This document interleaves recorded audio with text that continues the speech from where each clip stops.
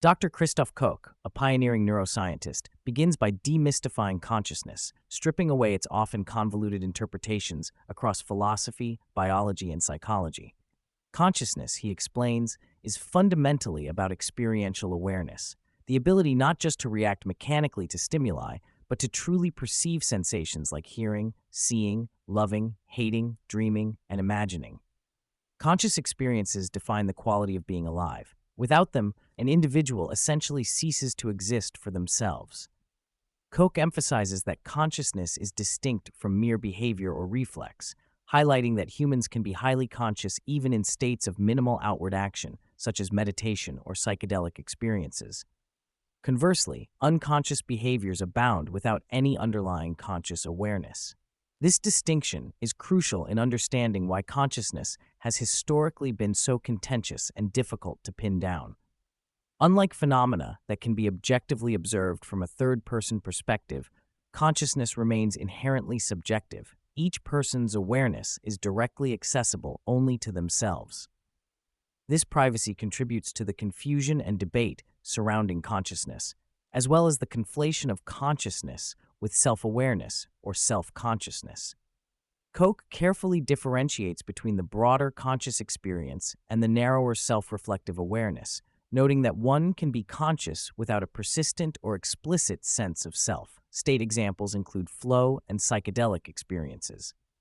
The conversation then shifts to less commonly discussed but profoundly revealing states of consciousness that lie between full wakefulness and unconsciousness, such as yoga nidra, deep rest, and various stages of sleep and dreaming.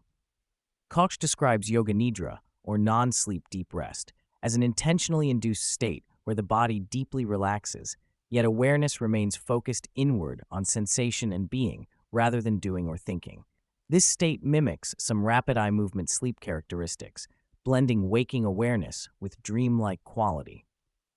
Koch's own daily practice has shown him the rich expansion of perceptual experience possible in such transitional states, highlighting their potential for physical and mental restoration. These altered states serve as natural experiments for consciousness, revealing that perception and sensation can exist independently from active agency or narrative selfhood. Meditation and flow states exemplify how consciousness can sharpen or transform even while the sense of self diminishes or dissipates. Such states underscore the flexibility and complexity of conscious experience beyond the typical bounds of ordinary daily life and provide clues toward understanding the brain mechanisms underlying awareness. One of the most striking insights shared by Dr. Koch is the concept of the perception box, a subjective mental framework encompassing individual memories, assumptions, and prior beliefs, or priors, that profoundly shape how one perceives the world. Developed alongside collaborator Elizabeth Ark, this model explains why two people can witness the same event or fact, but experience radically divergent realities based on their internal constructed worldview. This idea is exemplified through cultural, political, and even visual phenomena, such as the viral dress controversy, where people genuinely saw different colors because their brains interpreted sensory input differently. Koch elaborates that these perception boxes not only shape external interpretations, but also influence one's self-concept and emotional well-being. Importantly, although deeply ingrained, perception boxes are plastic and heritable to change, whether through direct experience, therapy, or psychedelics. Transformative experiences, like virtual reality simulations of altered racial identity, can forcibly expand or recalibrate an individual's perception box, enabling empathy and novel understanding. However, Koch reminds us that changing these deeply held priors requires both intentional effort and psychological openness. Koch's expertise shines further as he discusses consciousness from a clinical neuroscience perspective, touching upon patients in vegetative or unresponsive wakeful states. He highlights recent breakthroughs in measuring brain complexity via techniques like transcranial magnetic stimulation paired with high-density EEG, which reveal a measurable threshold distinguishing conscious from unconscious brain activity. This has monumental implications, especially in intensive care units, for patients who outwardly appear unconscious but may retain covert consciousness. The practical significance is profound. Families making end-of-life decisions often struggle because traditional behavioral markers fail to detect hidden awareness. Koch's research, including work at the Allen Institute, systematically establishes that brain complexity scores above a certain threshold correlate with consciousness, even absent behavioral signs. This newfound ability to detect covert consciousness holds promise not only for ethical medical decisions, but also for potential targeted interventions that might promote recovery in such patients. A recurring theme in the podcast is the nuanced treatment of selfhood within consciousness. While everyday experience associates consciousness tightly with a continuous, coherent sense of I, Koch emphasizes that self-awareness is not an obligatory feature. States of flow, meditation, and psychedelics often produce a loss or dissolution of self, yet consciousness persists, albeit transformed. These experiences challenge the notion that the self is a stable, essential entity rather than a dynamic, emergent phenomenon within the brain's circuitry. Koch shares his personal encounter with 5-MeO-DMT, a potent psychedelic, describing a state devoid of space, time, and personal identity, where only pure consciousness remains as a bright, ecstatic void. This experience profoundly reshaped his attitudes toward death and metaphysics, affirming his view that consciousness transcends typical spatiotemporal frameworks and undermines rigid materialism. Through this lens, selfhood is understood not as a fixed fact, but a modifiable aspect of conscious experience, accessible via various brain mechanisms and states. Koch delves into the transformative power of psychedelics, not only as biochemical agents, but as catalysts for expanding perception and fostering neuroplastic change. His first-hand accounts and research illustrate how substances like 5-MeO-DMT and psilocybin induce episodes in which existing mental models, priors, can be disrupted, enabling new cognitive and emotional configurations. This can lead to lasting shifts in empathy, worldview, and mental health, especially when appropriately integrated into therapeutic contexts. He discusses contemporary clinical applications, such as MDMA-assisted psychotherapy for PTSD and ketamine treatment for depression, underscoring that these approaches facilitate a recalibration of emotional responses and memory processing.